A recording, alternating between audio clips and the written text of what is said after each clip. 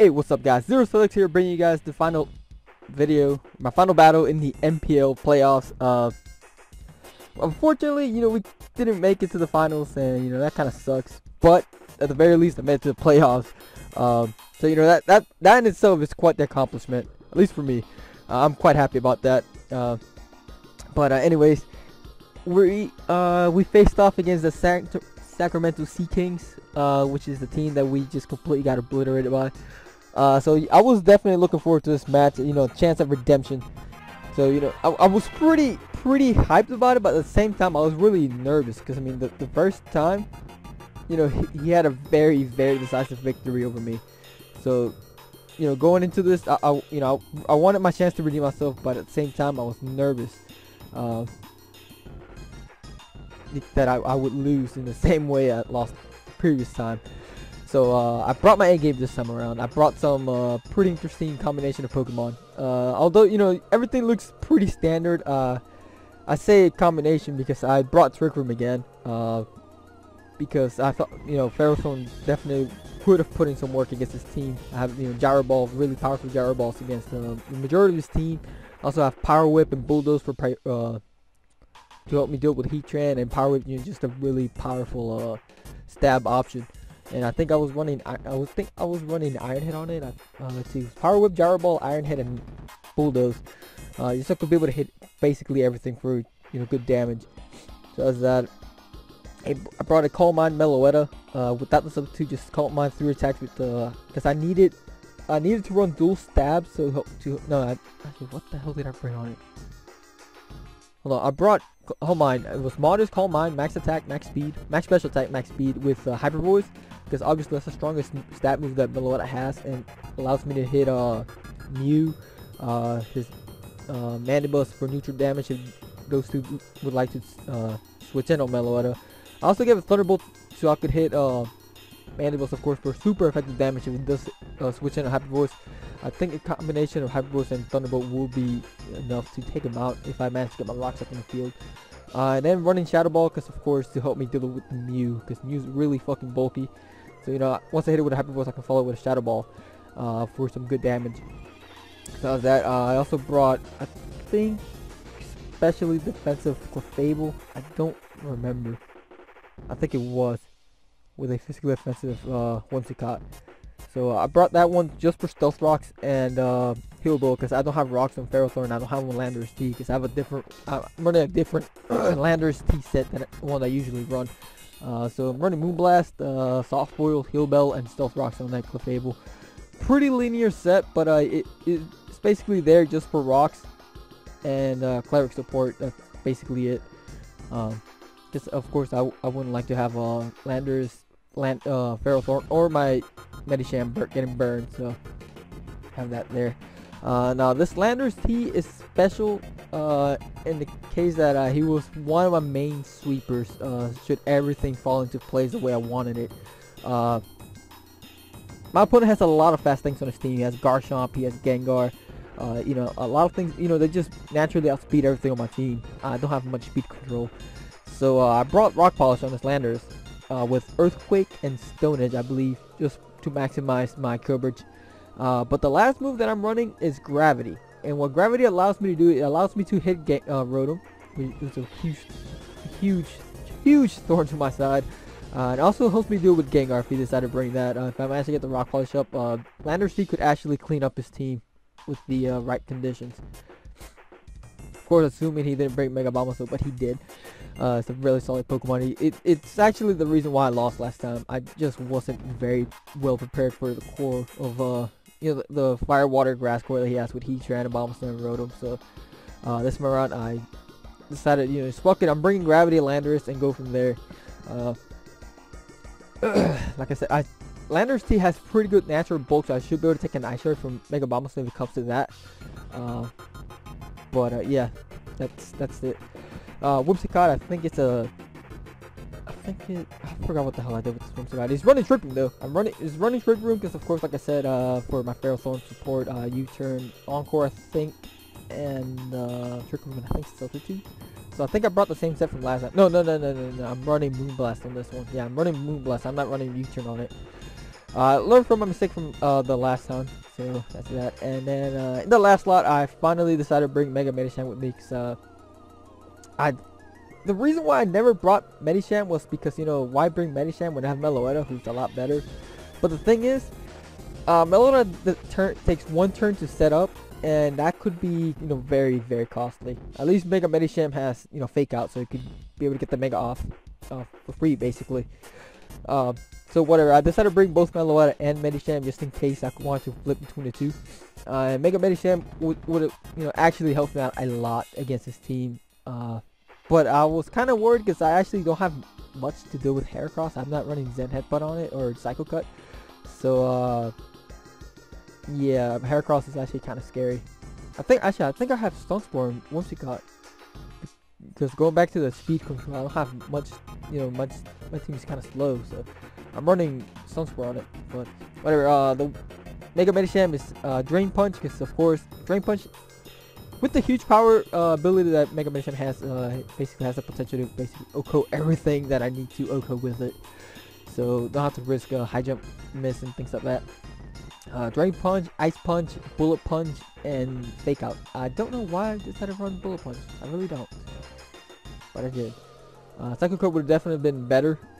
Well, it didn't end up mattering, but it would have put my mind at ease. But whatever.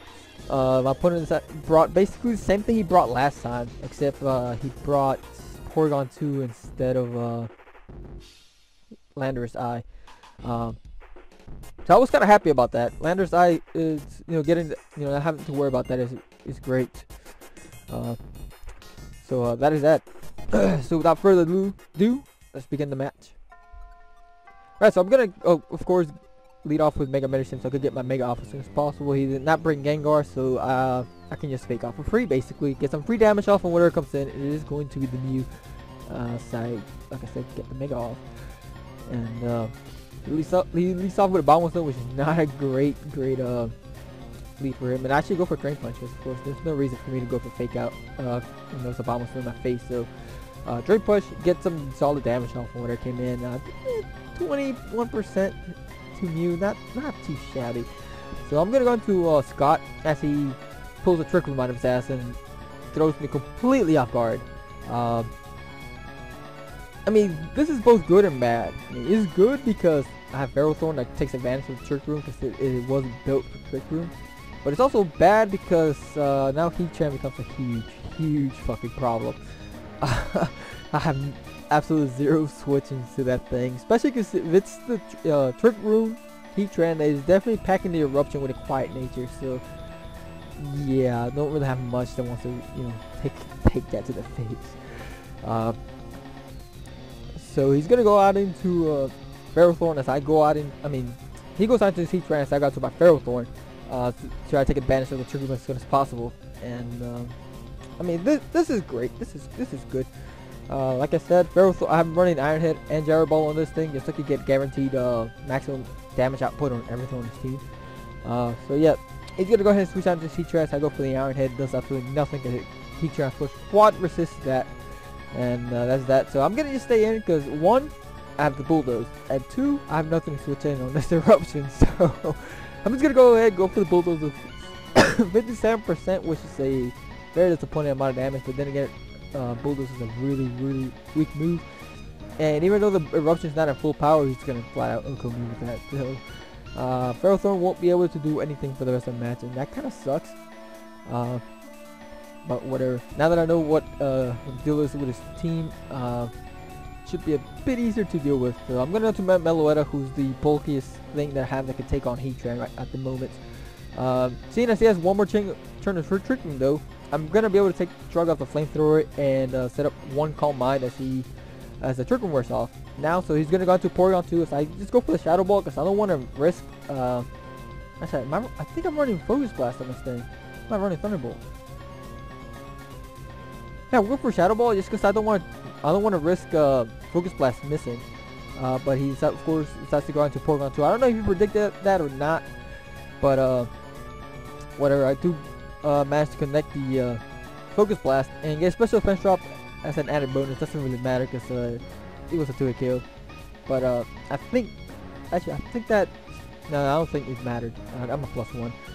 But whatever. Focus Blast followed by Hyper Boost is enough to take out the Porygon 2, and that is great. That is one less Trick Room abuser that my opponent has access to, so that is great.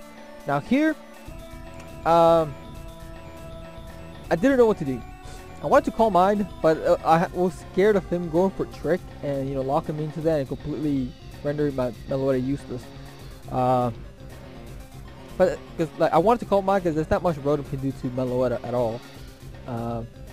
Except for Will-O-Wisp and Trick, like I said. So I didn't want to really risk the Trick, so I go for Hyper Voice, and he shows me the goddamn Sucker Punch and the Life Orb as well. So holy shit, that completely caught me off guard. Luckily for me though, it does not kill me, so I can use this Meloetta for later, either a spotter or, you know, nuke something, whatever decides to come in, which is going to be the Abomasnow. But I see the Ice Shard coming from a mile away, so I'm going to go ahead and switch out into I think Medicham actually. Yeah, Medicham. I could go into Clefable, but I think Medicham, you know, going straight onto Medicham was better because I pressured the rest of his team with Medicham better than I do with Clefable. Especially because he still has that Heatran, so I don't want to give that thing a free switch, obviously. So he's going to Ice Shard me twice here, and coupled with the Ice, what the hell, does a hell of damage. I'm down to 17%, but also has a really good HP stat. So with that Drain Push, I recover basically all of that health. So it's like if that second Ice Shard never happened. So that is great. I'm looking good right now. Mega Medicham Sin, I'm about to put in some work, but of course he still has the Mew at a really good amount of health. So I'm just gonna go for the Ice Punch just to gauge how much damage it would do.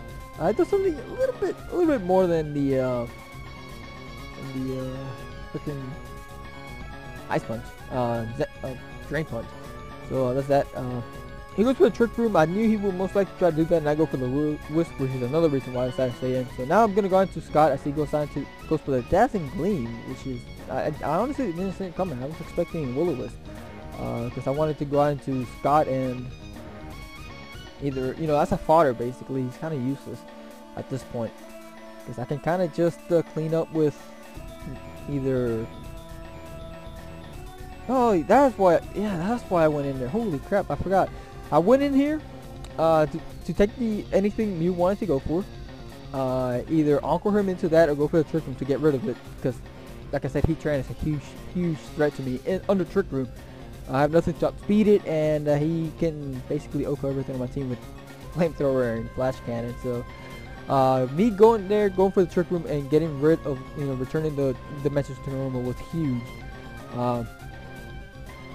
I only need to get rid of the Heatran, and I basically have this game in the bag. So long as this Heatran's alive, winning is it's going to be really hard to do.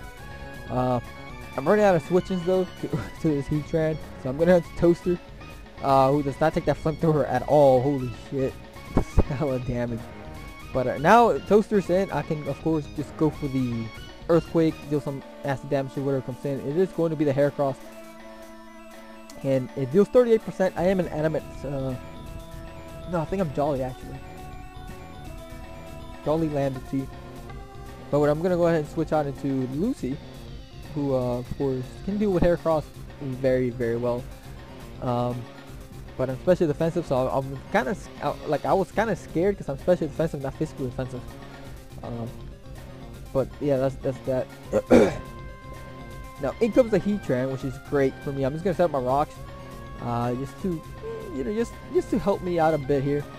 But the thing is, seeing Heatran come in instead of Mew was great for me because, you know, he won't have the Trick Room up to abuse it. So I'm just gonna sit here, spam Boom Blast until he either kills me or switches out.